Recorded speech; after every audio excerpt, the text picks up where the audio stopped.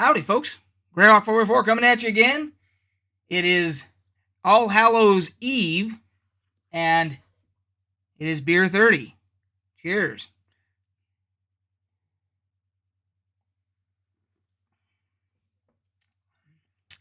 So, as you can see, I am prepared to hand out candy tonight, and you might say to yourself,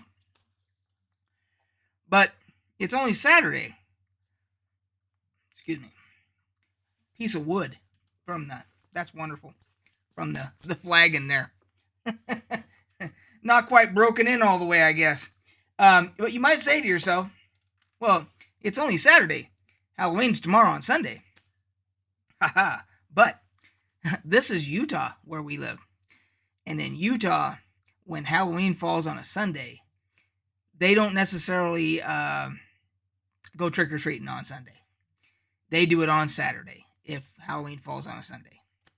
So part of me was like, well, bullshit. Halloween is on Sunday, goddammit, and that's when I'm handing out candy and everything else. But then the other side of me said, well, it's not the kids' fault. If they take them out on Saturday, I'm not going to be a jerk and not give out candy. I'll give out candy Saturday. And then some of the kids, of course, will also go out on Sunday. So you're going to get kids that are going to double dip. But it's Halloween, so who gives a shit, right? And I thought, well, I haven't worn my cosplay stuff for a while, so I will dress up. I've got my cloak and my sword and all that stuff to go with it. So as I hand out candy, I will be in character. So nothing special on the ale, just a regular old amber. So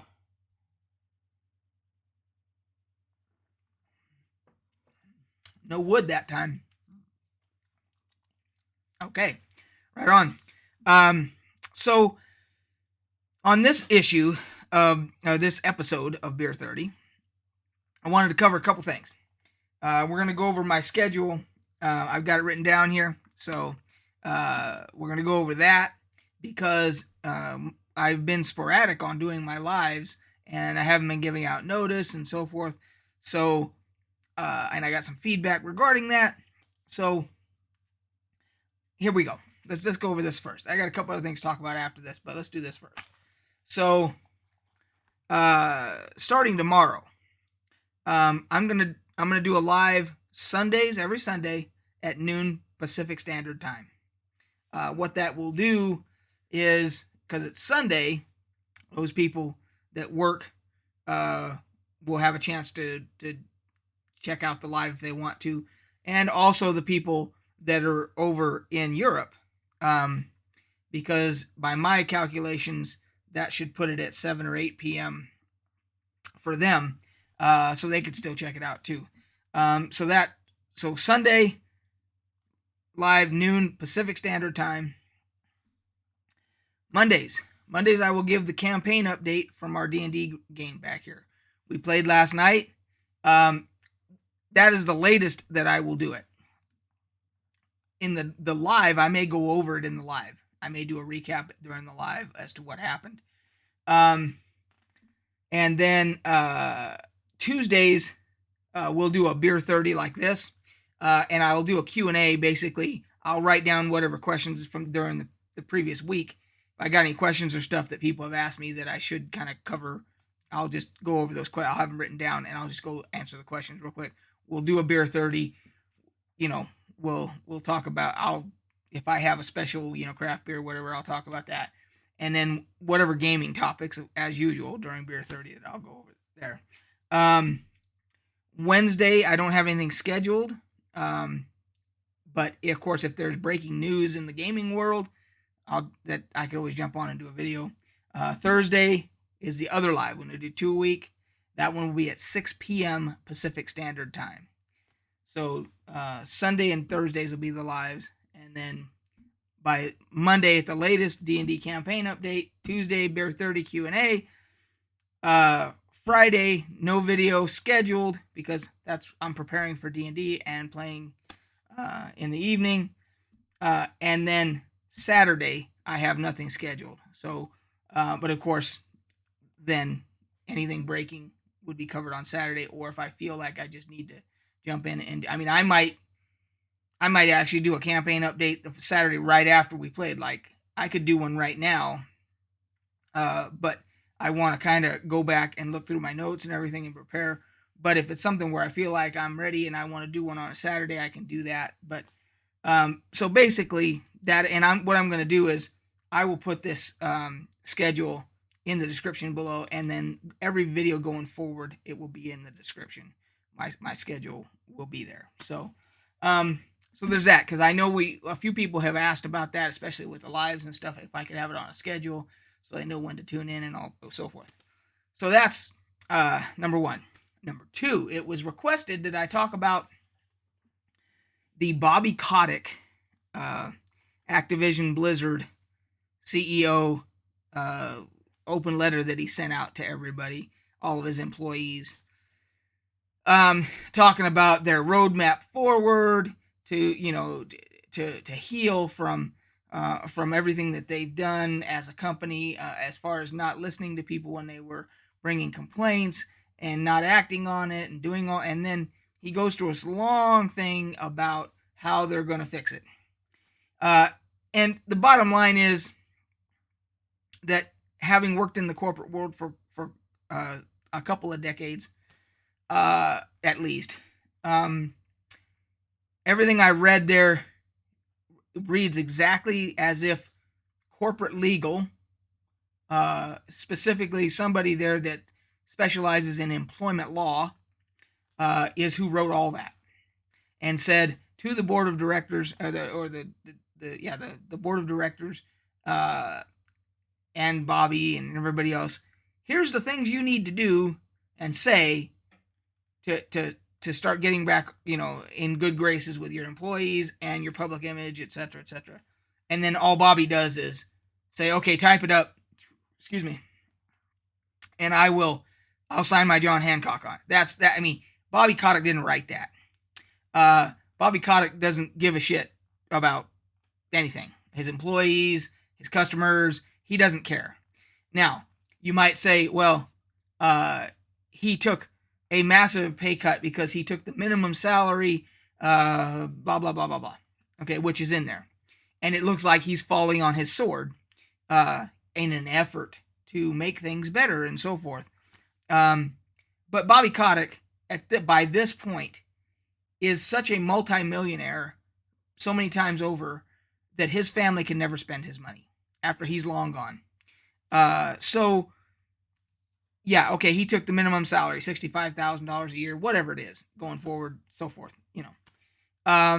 He's got money that he's all in the millions in bonuses that they've given him over the years that he's reinvested in other places. I mean, that means literally nothing to him.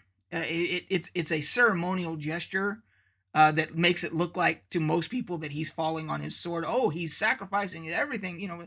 What he should have done if he really wanted to make a sacrificial effort was he should have resigned, and the board of directors should have made him resign immediately when all this came out. After everything that they've already gone through with Bobby Kotick and all the controversies that there's been with Activision Blizzard, he should have just stepped aside and said, I've decided to spend more time with my family. Because that's what they always say, when that happens. And they get a what they call a golden parachute payout, and off they go into the sunset, right? And then that's what he should have done, so that they could put somebody, hopefully they would pick somebody that truly wanted to improve things and change the company and everything, improve their image and actually, number one, help their employees feel more like valued members of the corporation, etc., all that good stuff. That's what he should have done. This thing with the money, to him, doesn't mean anything. So I don't know. It was requested that I talk about this. I didn't plan on it, but it was one of my most loyal followers. So there you have it. That is my feeling on the matter. It's just like when a politician puts out a press release. They don't give a shit. They don't. It's all somebody else typed it and their lawyers told them, "Yep, that sounds good. Yep, okay, yeah, you're not going to get in trouble if you say that. Yep, sounds good. Just sign here, sir or ma'am," and that's what that is. So, anyway, I wanted to talk about that. Pardon moi.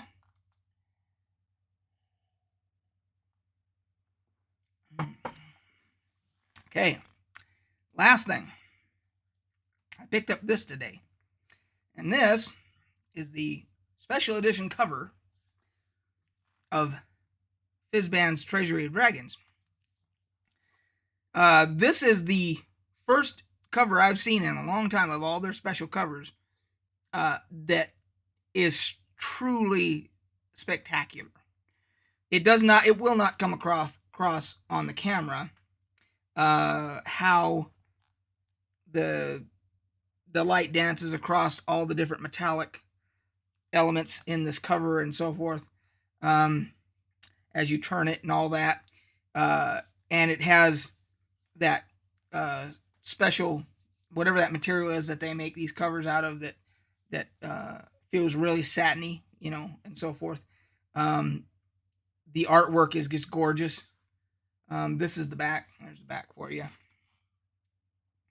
But again, I don't think that the camera will actually pick up all they won't, the nuance. There's a little bit of it right there. As I do that, you can kind of see how it dances around and everything. But trust me, it's awesome. I've gone through this I haven't read it, but I mean, I've flipped through it and looked at all the different chapters and things like that. And chapters probably isn't the right word, but categories, I guess, is a better way to put it. And it has everything about dragons. It has about their layers. It has, here's dragons at play. It's got everything you want to know about dragons in there. And it kind of reminds me, some of you might remember that there was a series, I think they were children's books, that they did like wizardology and dragonology and all these ologies. And like the dragon one is all about dragons basically. And that's what, this is like the adult version, for D&D, for 5th edition D&D. So from an aesthetic point of view, it's gorgeous. The content, the way it's laid out, it's like it goes into all the different types of dragons, each one by name or by type, I should say, like whether it's a copper dragon or a red dragon or a black dragon or a what do you call it, silver dragon, or whatever.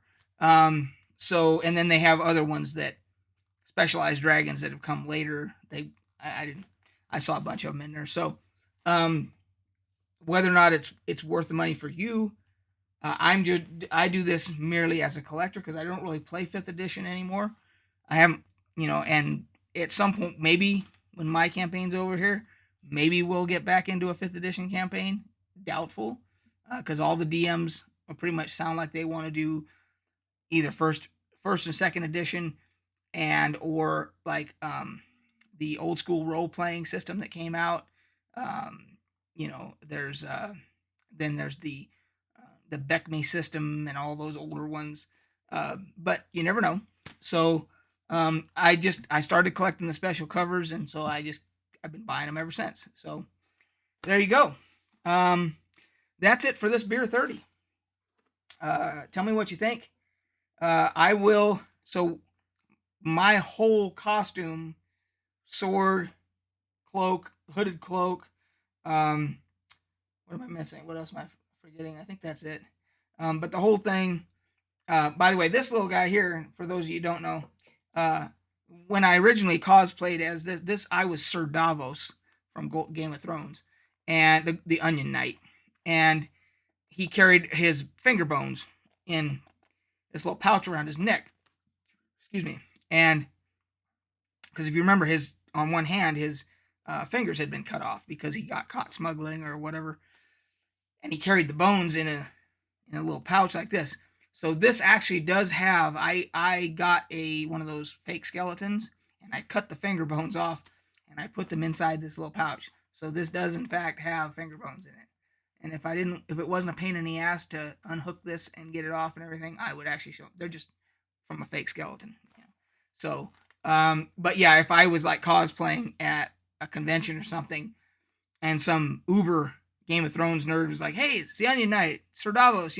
My beard's too long, first of all, for Sir Davos anyway. But if I was, and he wanted to test me and go, "Yeah, but do you actually have the finger bones in the pot?" I'd be, "Yes, I do," as a matter of fact, and I'd be able to show him. Anyway, it's one of those little nuggets of whatever. So tomorrow, guys, starting the new schedule tomorrow. So Sunday noon Pacific Standard Time, we'll do a live, and perhaps I'll go over the D&D campaign update. I'll still probably do a separate video on it, but we could go over it tomorrow as well. And that's it. We'll catch you on the flip side. Oh, happy Halloween too.